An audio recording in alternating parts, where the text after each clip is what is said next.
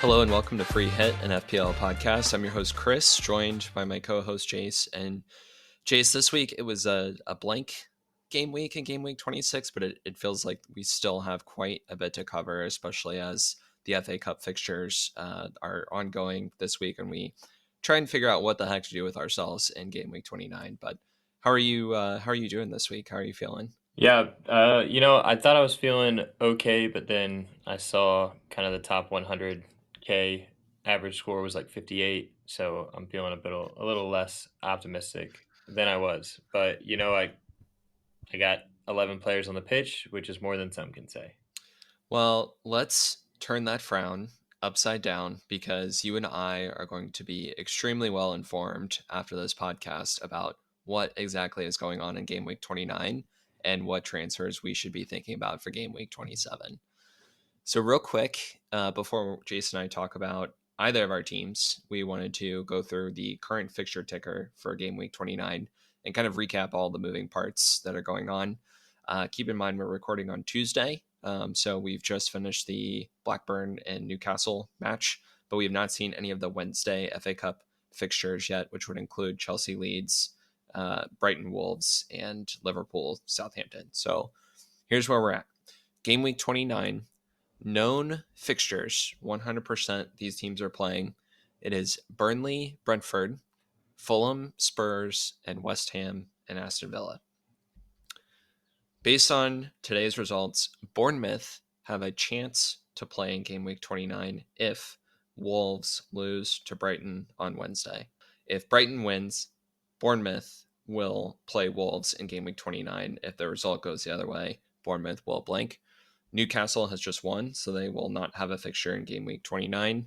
And City defeated Luton Town, so they will not have a fixture in game week 29. Based on results tomorrow, Chelsea plays Leeds, and if Chelsea loses, they will play Arsenal in game week 29, as Arsenal is already out of the FA Cup. Nottingham Forest play Manchester United. Since Luton has already lost, if Nottingham Forest also loses, Luton and Nottingham Forest will play in game week 29. If Man United lose, Man United and Sheffield United will play in game week 29. Next, we have Wolves and Brighton, which I just mentioned a little while ago about Bournemouth. And then lastly, we have Liverpool Southampton. If Liverpool lose, they will play Everton in game week 29. That is a lot of information and a lot to keep track of, and frankly not my favorite part of FPL, but this is, I think, as like content creators now, this is sort of what we have to do. After kind of digesting all of that, what are your thoughts, Jace? What are you thinking about? I hope Liverpool lose so we can see that Everton fixture in 29. I feel like it'd be nice to have a Merseyside derby there in a otherwise underwhelming game week. As far as early predictions, I think Leeds could edge Chelsea out. They've been in really good form and are flying in the championships this season. United and Forest could go either way. United sudden drop in form.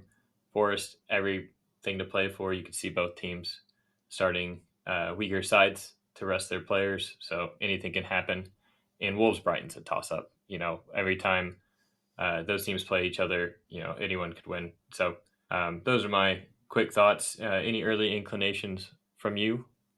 I think as an FPL player, it would probably be ideal if United defeat Forest and we have the Luton Forest fixture. Just knowing that Luton has a double game week also in game week 28, I think that makes their assets more attractive and will give people some more options. I also hope that Brighton defeats Wolves so that Bournemouth and Wolves will play in game week 29. A lot of people have Solanke. A lot of people went for a Wolves asset. And I think an extra fixture for that Wolves asset, as well as some more options on the Bournemouth front because they also double in game week 28. Those are probably ideal from an FPL scenario. If neither of them happen, I think it's sort of a crapshoot, and you either play with 6 to 8 players or you're free hitting, but then trying to get out of that team. So we'll see, but hopefully we have up to a maximum of 5 fixtures in game week 29, sort of in the lead up. So with that being said, why don't we switch gears and talk a little bit about our teams and some of the transfer thoughts kind of leading into game week 29 that we have. Um, why don't we start with you, Jace? How was your team this week? Yeah, like I said, I got 11 players out. Not all 11 returned points. I, along with a lot of other managers, had De Bruyne and were overly optimistic when he came onto the field, thinking we were going to squeak a point out there. But I started Leno in goal, Byrne, Robinson, Gabriel, back three, Martinelli, Garnacho, De Bruyne, and Gross as my midfield, and a forward line of Alvarez, Watkins, and Holland with Watkins as my captain. No chips used this week. And I, again, for a second time, Captain Watkins captained him at the right time, and I think he returned better than any other pick I could have had on the pitch. So patting myself on the back for that one. What about you, Chris?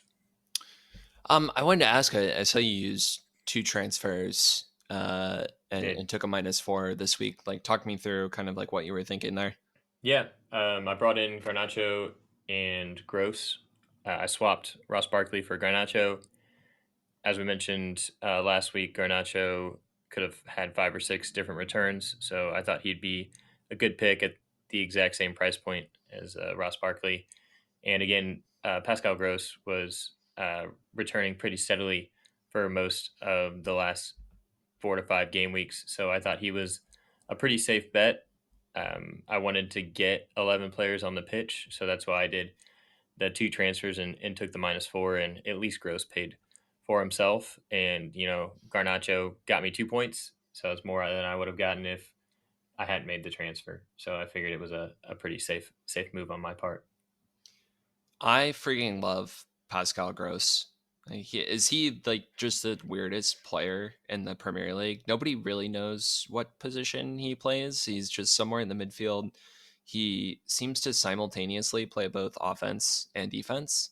He's on all set pieces and corners for Brighton as well. And every year seems to be overlooked and then sort of turns into a points magnet. So I love that transfer for you. I had Gross a couple weeks ago, transferred him out for KDB going into the double game week. And then, as you and I both have kind of felt the pain, KDB has had 2 points over 3 games in the last 2 weeks.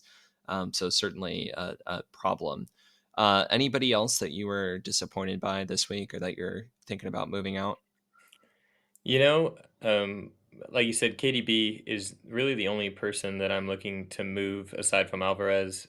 He didn't start either, so I can't fault him too much for that. But the Bournemouth double coming up, I really want to bring in Solanke. So I'm probably going to send Alvarez out this week for Solanke and give KDB one more week.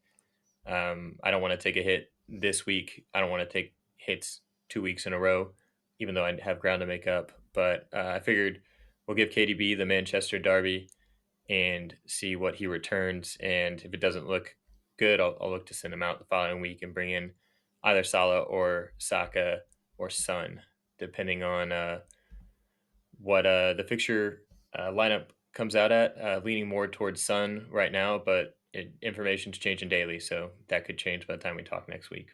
I was going to say all of the games, at least on Saturday, have 10 a.m. Eastern US time kickoffs. And I was hoping that, potentially a De Bruyne leak would rear its head. And I think that would help us out a lot. However, Yeah, City play on Sunday. So unfortunately, it might be unlikely that any lineup leak related to yeah, Kevin De Bruyne comes out, which, I think at this point he's definitely a rotation risk. So that yeah. makes It's sense Pep to me. roulette. It's that time of year. We all knew it was coming. But as far as like you said with Pascal Gross, I'm going to keep him in the team, and I don't think I'm going to look to sell him. Um, I think other podcasts have called him the perfect FPL player.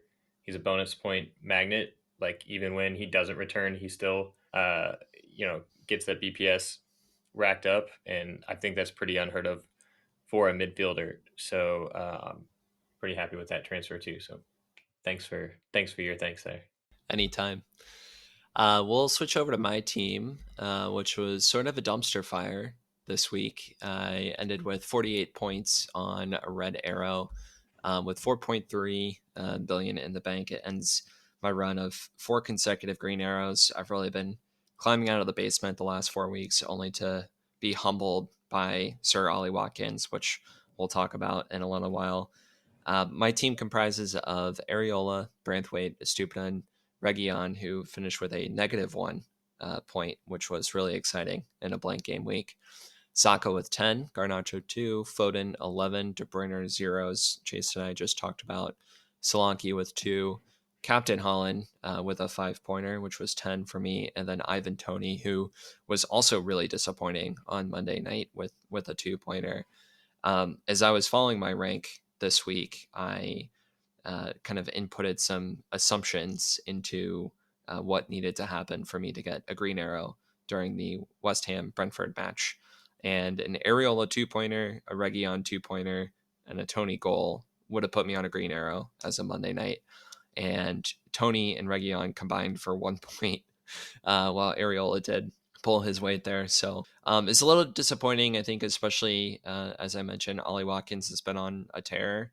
I had an early wild card in the second half of the season due to a ton of injuries, and I faded Watkins for Tony. At that time, Tony was the only player guaranteed to play in game week 26 and game week 29. However, after Chelsea upset Villa in the FA Cup, Watkins now plays in game week 29 and has also randomly chosen to double return every week, which obviously had someone told me that prior, I might have gone Watkins over Tony. So thinking about how to rectify that in the front three, but I think for my team, the obvious two problems are Stupinan, who didn't start again after missing out against Sheffield United, and who De Zerbi this week said he needs to play better, which is always what you want to hear about your FPL team. And then De Bruyne, obviously, as we talked about, as a rotation risk. But Jace, with two free transfers in this team, kind of what would you be thinking about? Well, I wanted to ask you, you were pretty gung ho on the Brentford assets about a week ago. And I know you didn't just buy them for one game week. You were going to kind of sit and forget because they had good fixtures and good consistency. Are you still feeling that way about your choice to go with Region and Tony? Or are you thinking of maybe moving one or two of them on? I think Region, yes, because he's a 4.4 million defender. And I think on set pieces, and while Brentford have some difficult fixtures in the near term, I'm not necessarily in a hurry to sell him. He's a man there to do a job in defense and doesn't necessarily need to play every week for my team to be in it. I think Tony, it's a little trickier. Obviously, he had the double game week in 26 and did return during that game week. But just kind of seeing how Watkins has been performing, I don't think that I'm going to transfer out Tony to Watkins. I think it's more likely that I would potentially look to move Holland out around his blank game week in 29. One thing I just wanted to reiterate with Brentford is that after game week 28, when they play Arsenal, they only have one team left on the schedule the rest of the year that's FDR4 or higher. They don't play any of the top six teams in the back half. So it's a little bit of a rough stretch for them. But I'm hoping if I can hang on to Region and Tony kind of through this period, like you said, Jace, they're pretty much set and forget the rest of the year. So I do have some regrets on Watkins, but I don't think it's worth a transfer to rectify just yet. Are you glad you didn't go with the majority of FPL content creators and bring in a Wolves midfielder? I think so. It's a little bit of hindsight bias. I don't begrudge anyone that went for a Wolves mid last week. I think that's a perfectly sensible transfer.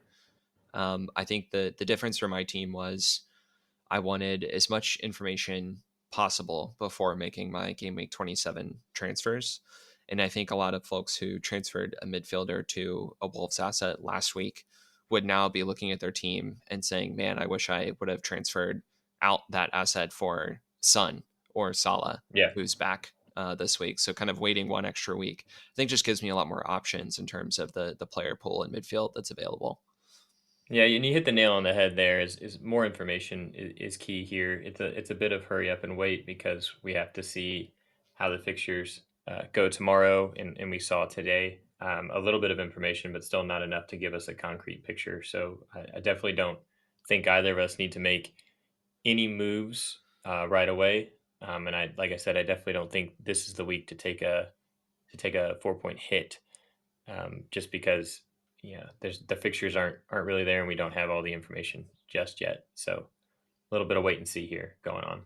Yeah, I wouldn't begrudge anyone for kind of swinging for the fences, honestly, in 27, because I think as opposed to 26 and 25, by the time the transfer deadline rolls around, we'll kind of know what's what.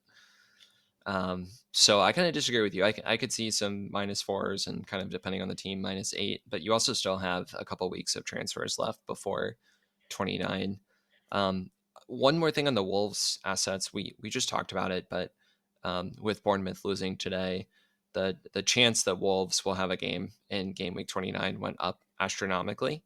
If they don't defeat Brighton in the FA Cup tomorrow, they will play, and I think you'll get some extra utility out of that asset that maybe you wouldn't have planned for when you originally made the transfer. So I think there's still some upside there.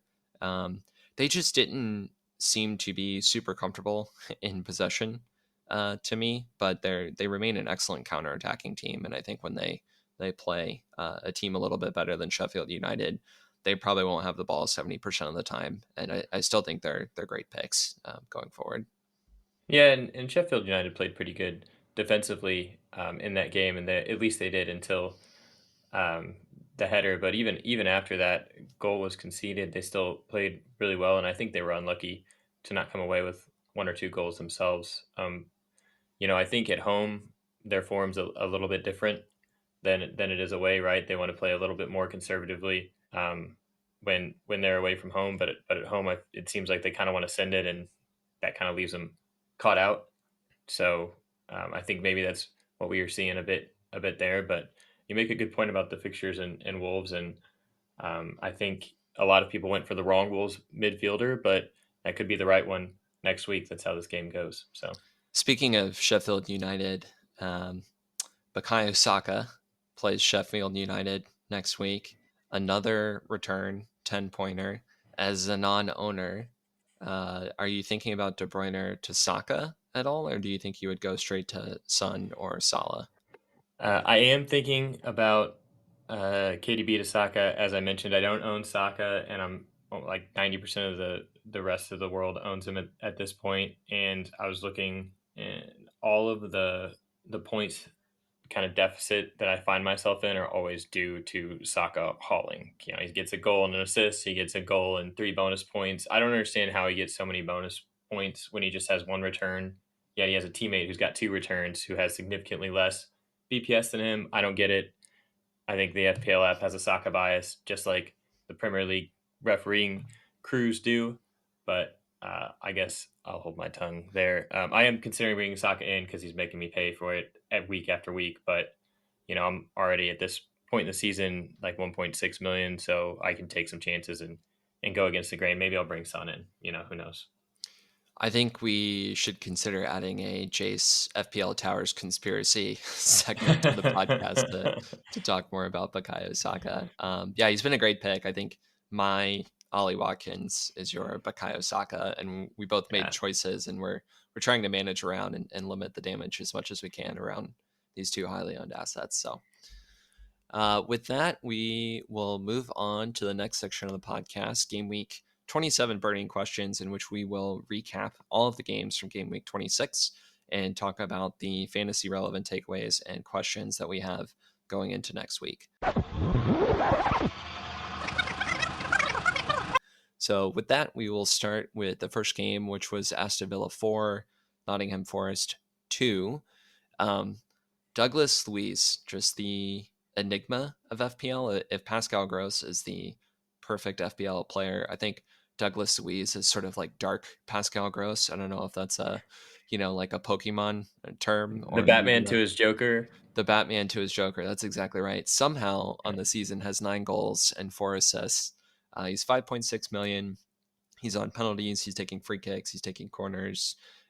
Do you think that Douglas Luiz is worth a transfer at this point, especially given that he's going to play in 29? I think it all depends on your team, right? Like most of these decisions do. Where are your problems at? If you're looking for a cheaper midfielder that could return in any game, is he quote unquote fixture proof? I don't know if that's the case, but he's definitely on the brink of returning, seemingly almost out of nowhere every match. So I think if you need a cheaper midfielder, he's definitely worth a look. My only question is, with the fixtures coming up and all of our midfield options that we have this season, is he one that you go for over someone like a Madison who's returning from injury and finding form again, or Son or Richarlison, right? Those Spurs assets that we know play in 29 that you can kind of bring in and build your team around there. I think is really the only question that I have. Is he the right midfielder move you want to make, even though he's cheap and he can score, right? I just don't know yet. Maybe the better way we should think about this is Douglas Luiz the best under 6 million midfielder playing in game week 29? And I think today, right now, the answer might be yes. But I find If I free hit in 29, Douglas Luiz will be in my will team. be That's in for the sure. team. Yeah, But I think as an asset or like a long term hold, I still like playing Neto, Sarabia, Palmer, especially gross. more gross, but 6.4. Yeah, So if we're yeah, yeah, staying yeah. staying under six, Garnacho probably in that group as well. Bailey is also on the same team and has been much better in open play. I think the difference is just the amount of set pieces that Douglas Luiz and penalties that Douglas Luiz has had this year. So I think really he's an FPL asset because I think he has a lot of routes to points, but he's certainly not like an open play threat. And I don't know if his returns to date are something that he can continue forward. Yeah. He is on penalties though, so that's worth considering when you're making these decisions. We know that for sure. Next game in the list, Brighton 1, Everton 1. We talked about him a little bit earlier in the pod, but the question here is Pascal Gross being overlooked as an FPL pick? He is in, I think, sort of a weird price bracket. If you want to have Salah, Saka, and Son, you probably can't have any other midfielders over 6 million without some major surgery to the team. But for kind of the way he's played this season, the amount of returns that he's had, especially similar to Doug Luiz on free kicks, on penalties, but offers a lot more going forward. What do you think, Jace, as an owner? Obviously, you have an opinion here, but I'm just worried about the team construction with him less so than Sure. his actual output. Yeah, I think if you were in a position like me where you had the benefit of downgrading from a Jota who was upper 8 million, right, or roundabout there, to claw back some money, I think he's a really good pick. Like you said, so you can still get some good output while gaining some funds to make other moves. But I think you kind of hit the nail on the head there with the price point being what it's at. It's at a weird place, and if you're looking to make a move, is Douglas Luiz a better pick at 5.6, saving you almost $1 million there, right? Which is pretty important here at this stage in the game. It is strange how this season has gone, and maybe we need to go back and look at other seasons, but I feel like the 6 to 7 million price bracket, especially in the midfield, is just persona non grata. You either have an 8 million plus defender, which even some of the players that started in that price bracket, like Jared Bowen and James Madison earlier in the season, kind of got to that 8 million threshold, or you're Mm-hmm. looking at 6 million and below. And I would also include Anthony Gordon in that price bracket as well, even though he originally moved up. It's just strange that there doesn't seem to be a lot of value kind of in the middle. You're either going really, really expensive premium or you're going really cheap. And I'm sure there's an economic theory that would support that strategy. But it's just kind of a weird observation that maybe these 6.57 million midfielders, if we're picking a team at the beginning of the season, maybe they're not the most valuable, or maybe we should kind of keep our eyes out for the 5.5 mid and downgrade as quickly as possible. That sounds like a good question for the off season. Next game was Crystal Palace 3, Burnley 0. The debut of Palace's new manager. Is it Olivier Glasner? Uh, Yeah, from Olivier. from Austria, former manager of Eintracht Frankfurt, has won the Europa League. He seems to be a really interesting hire for Crystal Palace.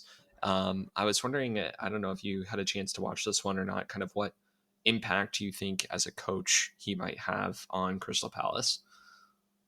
I think as a manager in the Premier League, you can't ask for a better opening match. Going up a man early on in the game and finally putting some goals on the board with a team that has historically this season not been able to score. So I think this one's a really uh, tough game to take good info away because Burnley did go down a man early, so you didn't really get to see how Palace handles a team that's actually playing with a full side and in full flow. It was at home, and Burnley's in the relegation zone. Crystal Palace is heading there, but not in there quite yet. So I think it's a difficult one to raise the new manager bounce flag on. I think their match against Spurs this weekend will tell us a lot more. But I do think uh, Palace has some assets that you can look at. One of those being American Chris Richards. When I was watching him play against Everton last week, he was my man of the match for Palace. Even though he didn't get the goal, he was everywhere. He was blocking every shot that came towards him. He was cutting people off, and he looked an aerial threat. So sure enough, in this match, he gets the opener for Crystal Palace, and I don't know. I think he could be a good differential in the back line if you're looking for a cheaper option. What do you think, Chris? Yeah, I think for 3.9, he should be on everyone's watch list, certainly. One thing that Glasner has done is changed Palace from a four at the back team to a five at the back team, which I think could mean that Gahey, Richards, and Anderson all start, which they haven't done in the past. I think it also puts Munoz and Mitchell further up the field, which could be interesting as FPL assets. Palace defense was popular earlier in the season when they were a little bit more stout, and obviously they've fallen off since then. But I think the five at the back might actually suit them a lot better, especially Anderson. One of the things he's really good at is sort of pinging those diagonal balls down the wing. And in a team with wingbacks, I think he's going to have the opportunity to do that a lot more. I don't think that he's a pick given the Palace defense and his price point after rising earlier in the season. However, I do think there were some kind of interesting things to watch with Palace. And while obviously Elise and Eze are the main picks, I could see an improvement in defense for them in kind of this new five at the back system. I just think it suits the personnel a lot better than trying to play with the midfielders that they were playing with as of last week. Chris Richards being one of those midfielders throughout the season. So something to also note there. Exactly, and I think again playing him out of position, right, is not Yeah. necessarily the best use of his talents. The other things that Glasner has talked about is just focusing on set piece execution and also pressing, which Palace have not been a pressing team in the past, and both of those tenets are sort of key components of modern analytically driven football. Teams that succeed are really good at creating an extra 10, 15 goals from set pieces per year and are really good at turning teams up high on the field. So I think those are Yeah. really positive signs for Palace. I agree, not much to take away from Burnley, especially with the early red card. But as a manager, I think there's really something here. I think Palace fans should be excited. I'll move on to the next match. Man United won, Fulham 2. This was a little bit of a surprising scoreline after we were talking about how Man United was once again the informed team in the league. What did you see in this one, Jace? I saw a Fulham clean sheet for two of my assets until the 90th minute, which is the second time that's happened to me in as many weeks with the Liverpool duo that I had conceding later to Brentford. So that was a real kick in the pants. But in this game, we saw how important Højlund is to Man United, not just in his goal scoring ability, but his ability to hold the ball and progress their attack up the field and really be that attacking cog in that machine. But as far as attackers go, the Fulham attackers really impressed me. Muniz, specifically in Raul's absence, I think he's had several returns in the last 4 weeks, and in this match he had 5 shots in the United box. So I think there's something there to look at if you're again feeling a little risky and looking for a differential. He was unlucky to not get a goal against them, and then of course Iwobi, who did get the winner. I think we've got some options here. Big question is, are they better than kind of the 3-4 main forwards that everyone else in the game has? I'll turn that question over to you. Um, I think no, which is really a shame because I agree. Muniz has put up some good numbers, especially in recent weeks. And if we were still starved for forwards, I think transferring him in as your third forward and spending that cash in midfield would make a lot of sense. However, I Yeah, think between Holland, Watkins, Solanke, and then kind of an ancillary Tony, it's probably just too stacked at that position on the field. But I think one to watch for next year, especially if he's taking over from Jimenez full time going forward. I think he could be an interesting kind of cheaper forward to start the year. Agree with you on Hoyland. It's kind of crazy how much worse Man United was without him helping the Stitch play together, especially facilitating counterattacks. It also brings Rashford into the striker position, which we know is not really optimal from him, both from an FPL standpoint, but also just a footballing standpoint. Um, this one reminded me a little bit of the a couple years ago under Solskjaer when Man United kept winning after being down at halftime. And they would often sub on Bruno Fernandes at halftime. And you and I would both immediately live bet United when Fernandes was coming on the field. We called it the Fernandez corollary. I could see something similar here with Hoyland. I mean, it was really just a night and day performance, and they really have no depth at striker outside of him. I think they're going to be an interesting team to watch in terms of their splits when he is on and off the field. I don't expect him to not start in any league games just because they're not competing in a lot of competitions right now. But I think he's definitely key to that team, and hopefully there's an opportunity for us to take advantage of that at some point. yeah. I think most importantly that the most important thing I saw the difference between Hoyland and Rashford is, did you see Rashford's pressing? I mean, it was pitiful, pitiful. Anytime anyone got the ball remotely past him, he was like, okay, I'm just gonna jog. Whereas Hoyland brought that energy, that intensity of a young player trying to prove himself. I think they were really missing that edge. So hopefully he's back soon. Yeah, that's a great point defensively because we know that Garnacho is not particularly strong in that area of the pitch either. As players, routinely kind of walk by him on defense as well. I remember especially noticing that in the Luton game last week, where a lot of Luton defenders would just kind of take one dribble move past him. So, yeah, it's probably an offensive deficit and maybe even more of a defensive deficit for them without Hoyland. So, I think that's a great point. Moving on to the next fixture, Bournemouth 0, Man City 1. Question here, what's up with the City attack? This is their third straight Premier League game, scoring a single goal. They defeated Brentford 1-0. They drew Chelsea 1-1. Now they defeated Bournemouth 1-0. It feels like something is missing having watched these games where I'm not confident that City are going to rip 4 or 5 goals on anyone right now. Like what are you seeing with this? It's interesting that you say that because they just put 6 away on Luton Town, and that just kind of proves the point that I'm bringing up. Is it seems like City does this every year. Pep likes to make these micro adjustments. He likes to throw new teams out there, Pep roulette, as everyone calls it, and I think that really does mess with the flow of City's attack. But eventually they figure it out, and then they start hauling. A couple game weeks down the road. So I think this was their patch. I get that it's Luton, but they've been pretty good recently, and it was the FA Cup, so not exactly relevant here. But I do think City are going to put it together here towards the end because they have to, right? Otherwise, Liverpool or Arsenal are going to overtake them, and I don't think Pep is going to be okay with that. So I think it's a blip.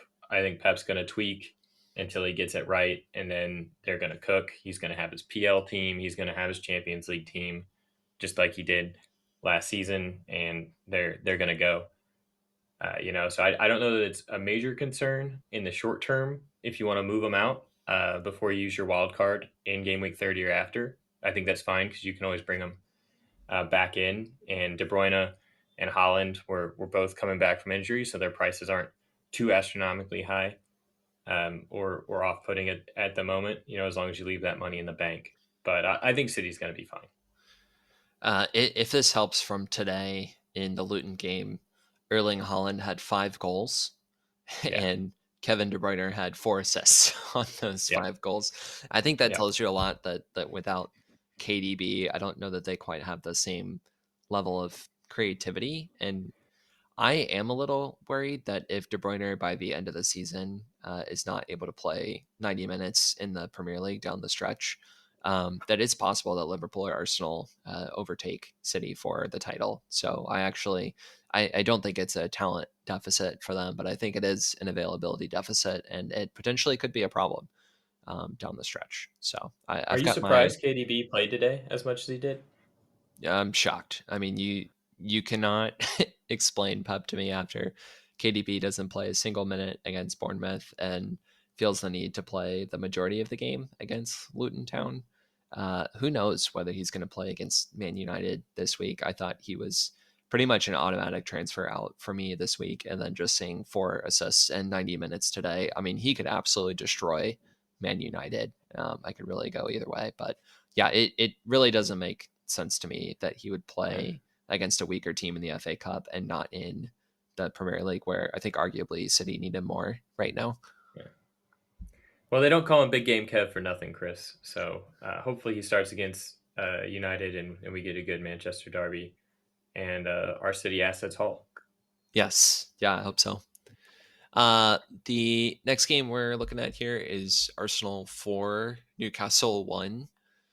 Arsenal have just been shredding everyone as of late.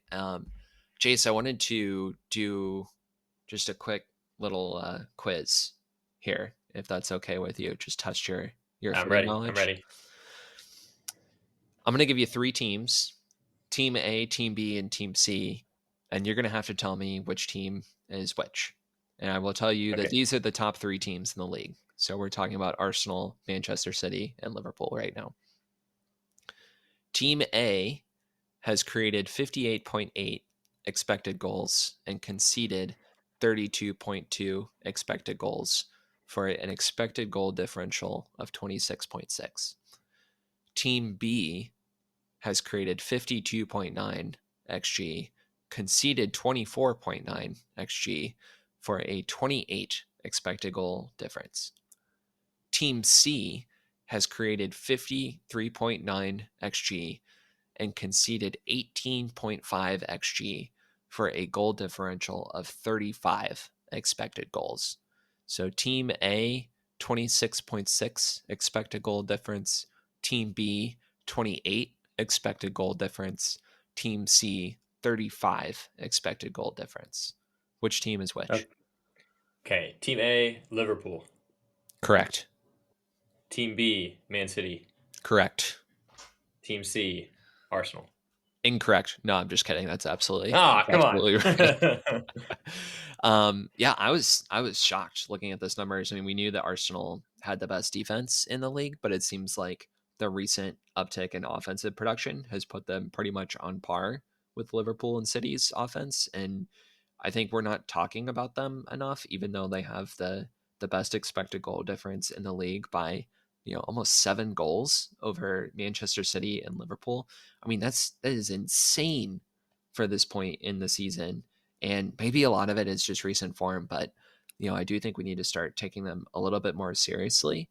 Um, I think the FPL problem with them is everyone kind of scores, and I don't know that there's a good offensive asset outside of Saka.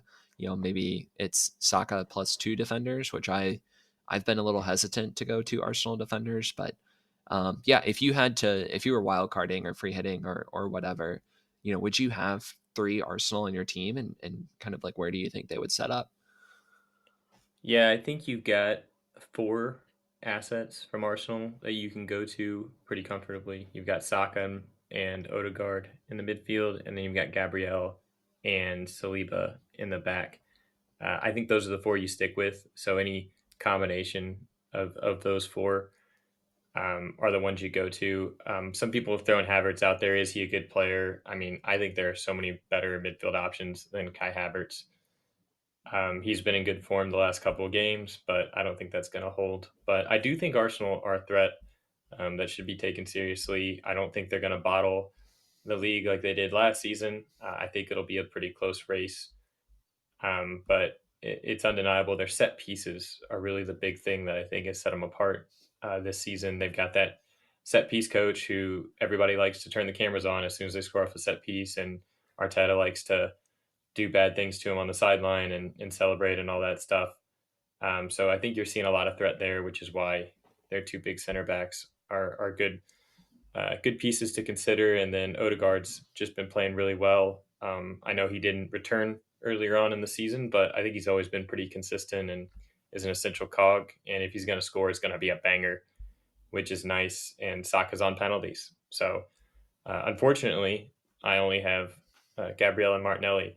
So I am looking to bring in a third Arsenal pick, as much as it pains me as a Spurs fan. But yeah, I think there's no harm in going 3, especially after a wild card. Yeah, certainly. Last game, second to last game of the weekend, Wolves won, Sheffield United 0. I think the game where the FBL community held their collective breath over whatever Wolves asset they got this week, mostly Huang. My question is, now that the Sheffield game is over with, you're sitting there with your Wolves midfield asset. Um, are are Wolves assets still a buy? Are they a hold? Are there someone that we're kind of like thinking about selling now that we've gotten through this fixture and kind of didn't get the returns we wanted, unless you had Sarabia, of course. As with everything we've talked about today, it all depends on the information we get tomorrow. And if you're waiting to make your moves till Friday, I think you just kind of wait and see. I don't know that I'm going to Wolves necessarily if I'm making moves, as we've discussed earlier on. I think there are better assets all across the board, and we've probably missed the boat maybe on some of their players at this point. I just don't see them performing, over as expected here in the last third of the season. But if you have them, if you brought them in, I think they're a fine hold. You'll definitely play them. I'm sure they'll return. But it's kind of anybody's guess on who's going to return. Just like you said with Arsenal, the Joao Gomez double that they had against Spurs a couple weeks ago. Who had that on their FPL bingo card? I didn't. Yeah, I agree with you there. I think they're probably not a buy, but they're certainly not a sell. Just took a look at their fixtures, and I think they're still good picks up until probably game week 33. Mm-hmm. They have Arsenal, Liverpool, and City in their last 5 games. So we probably want to ditch them kind of before then. But a lot of folks that went Wolves might have a wild card planned in game week 30 or game week 31. So I don't think they survive kind of that second half wild card. But yeah, I think they're going to be fine and potentially might play in 29 now, which is great. And if they don't, I don't think it's a panic sell by any means. I think they're still good picks. Last game of the weekend on Monday night, out of nowhere, West Ham 4, Brentford 2. West Ham, after getting beat, what was it, 11-0 over their last 3 Premier League matches, light the world on fire and beat kind of what I thought was a Brentford team turning the corner. But evidently not, as they just really got spanked. I don't think this game was really ever particularly close. My question here was, is Jared Bowen back on the menu as a midfielder that plays in game week 29? Is he someone that we should be thinking about, or are there too many other options? If you're going to dead end your team, I think Jared Bowen is a fine place to go to do that. I don't know that he's a good long term pick, especially at his price point, like we talked about earlier. Um, you know, we all kind of got fooled by him earlier on in the season where he was in really good form, and then he went through this patch of no returns for like 6 or 7 games in a row, and those that held on to him, they lucked out if they were still in there, and he got his first West Ham hat trick, which I thought would shocked me. I thought he'd had one before, but he gets his first hat trick and absolutely hauls. So if you kept the faith, you were rewarded. I don't know what those points look like spread across the entire season. So, yeah, to me, I don't know that he's necessarily a long term play. But like you said, if you're making moves, planning for that wild card in game week 30, and you want to try and differentiate yourself from the pack, I think he's a fine place to go. Yeah, I agree with you there. I think his expected goal involvement is really interesting. Starting in game week 20, his returns were 3, 2, 1, 2, 2, 2, 20. As of the last couple of weeks, in game week 24, home Arsenal, which they lost 6-0, he had 0.07 XGI against Nottingham Forest, a much easier fixture in game week 25. He had 0.11 XGI. And then all of a sudden, Paqueta comes back for West Ham in game week 26, 0.68 XGI, which is much more in line with his performances from earlier in the season. So I think there is a little bit of just a squad effect with Bowen, where when the players around him are healthy, especially Paqueta, seems to really help that West Ham attack. Then he's definitely a threat. But I agree with you on the price point. It's similar to Pascal Gross, right, where he's just sort of in this mid tier price, and I think a lot of people that have a midfielder in this bracket are probably Foden owners, and based on Foden's recent form and minutes, I don't necessarily see a need to sell him for Jared Bowen yet. But to your point, potentially a game week 29 free hit, he's probably a lock for that team, Yeah, and absolutely. potentially a dead end team as well there too. So Yeah, I think he's like Tony too, and depending on what position he's forced to take up in the match, you saw Tony in this game. He couldn't get the ball in the first half of the game, right, at the front line, so he had to come back into the midfield and play more of the 10, which was fine. Him releasing the ball created the first goal. He assisted the assister, which sucks if you're a Tony owner as well. But I think Jared Bowen's kind of in a similar fashion, depending on where he's at. If he's playing a 9, if he's playing a wider position. And I think, like you said, Paqueta helps kind of unlock his talent there. So yeah, we'll see. and that concludes our recap of last week's games. Let's move on to our teams in the final section here, just talking about transfers and captaincy. Ladies and gentlemen, this is your captain speaking. I want to start with captaincy because I think it's a really interesting week for captains. I think you have Holland home to Manchester United, Saka, who plays Sheffield United, and Watkins, who is away to Luton Town. Where are you leaning in terms of captain this week, Jace, as a Holland and Watkins owner? Watkins for me is my favorite for the armband right now.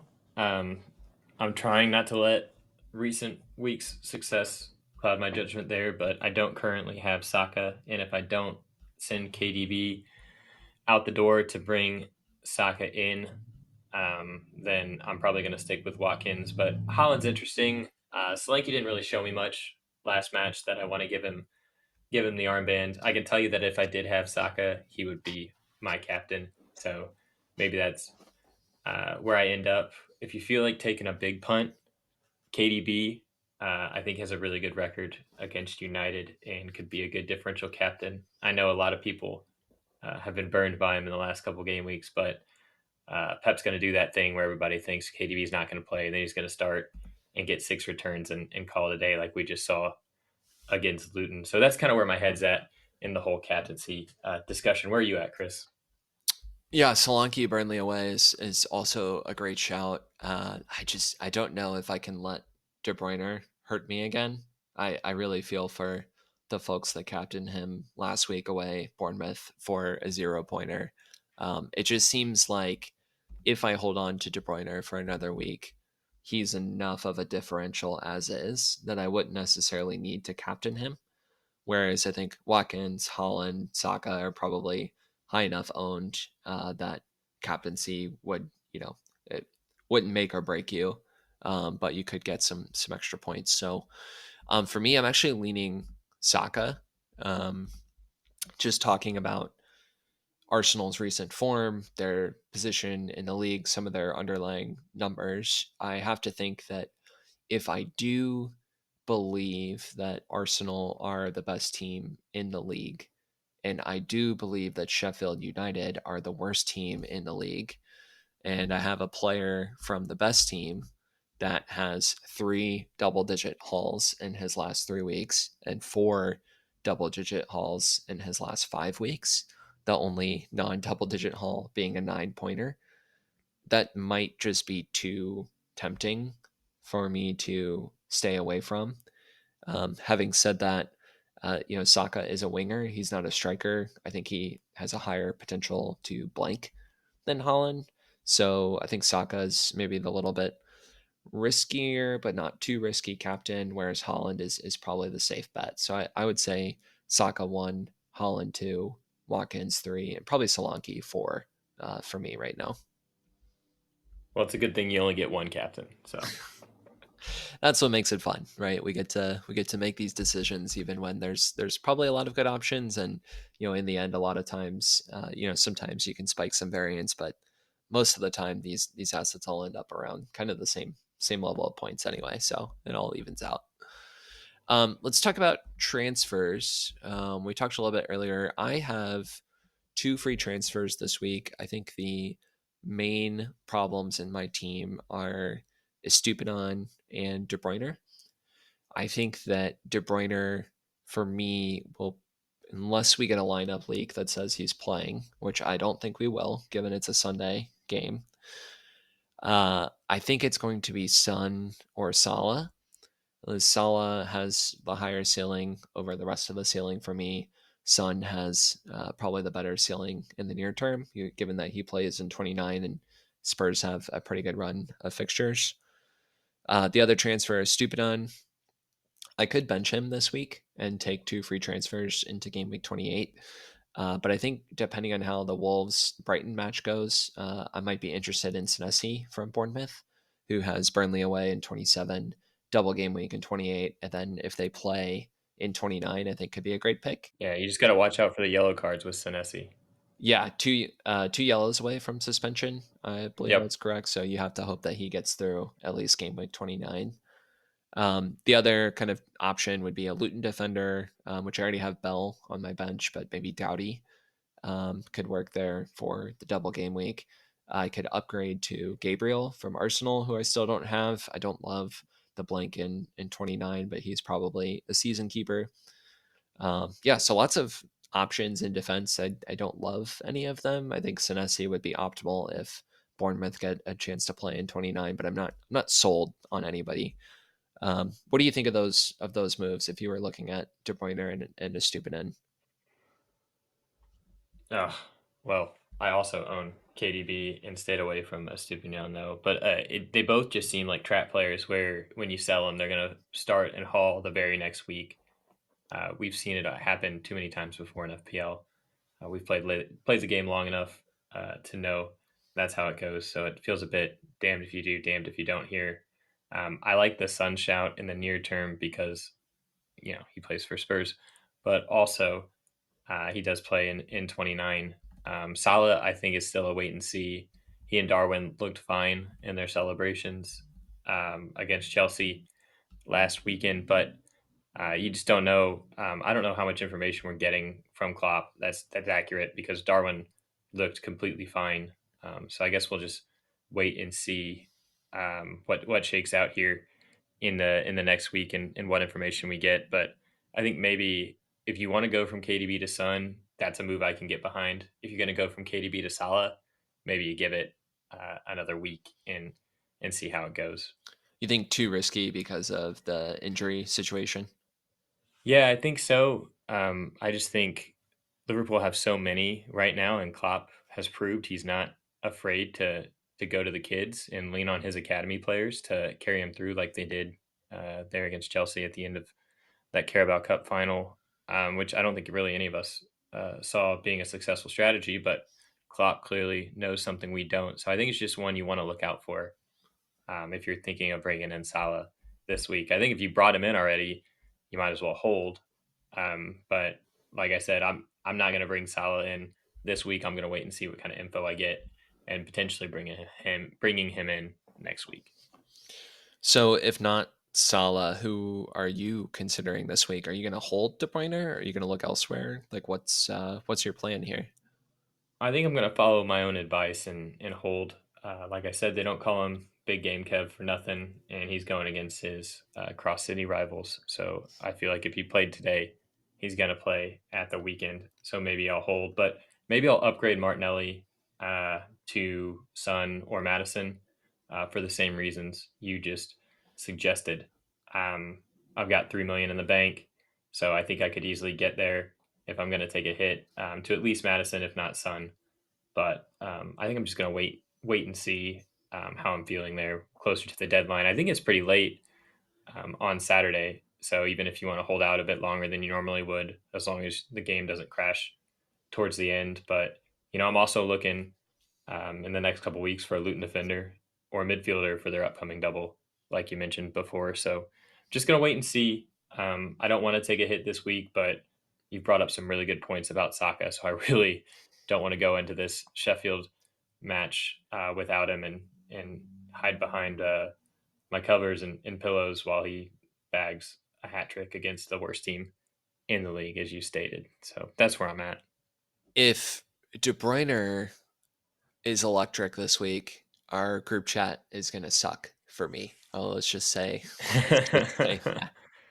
I can definitely get behind Martinelli to Son, though. I could even get behind Martinelli to Saka, but maybe not worth the transfer to go, horizontal within the Arsenal team, Yeah. especially if you have the funds for Son. I just feel like the near term upside by playing in 29 is probably better, but you might have to try and convert Gross to Saka at some point before the end of the season, right before their fixtures turn. But yeah, other than that, I agree. Are you? What about Alvarez? Because like I said, I think most people have Holland, Watkins, Solanke, or Holland, Watkins, Tony, or Holland, Tony, Solanke. It seems like maybe a hit for Solanke this week. You're going to get Burnley and you're going to get the double would be something to think about. Yeah, well, like I said earlier, I'm thinking of moving Alvarez out for Solanke. I think that's the first transfer I'm gonna make Okay. this week. So that's definitely in my future. Just holding a bit to see what shakes out. Make sure no weird injuries come up or anything like that. But yeah, I think Alvarez is on his way out. Even if he starts, I like Solanke's goal threat a bit better than Alvarez's, but I'm sure I'll pay the price for that in the next couple of weeks. Well, it should be another exciting week of FPL, and we're either going to feel like geniuses or idiots, which is, I think, why both of us love playing this game. So it was great chatting with you, Jace, as always. Just want to thank everybody for listening. Please rate, review, and subscribe to our show on Spotify, Apple Podcasts, or wherever you get your shows. Follow us on X, Instagram, and Threads at FPL_free hit pod. And join us next Wednesday to talk Game Week 28. Take care.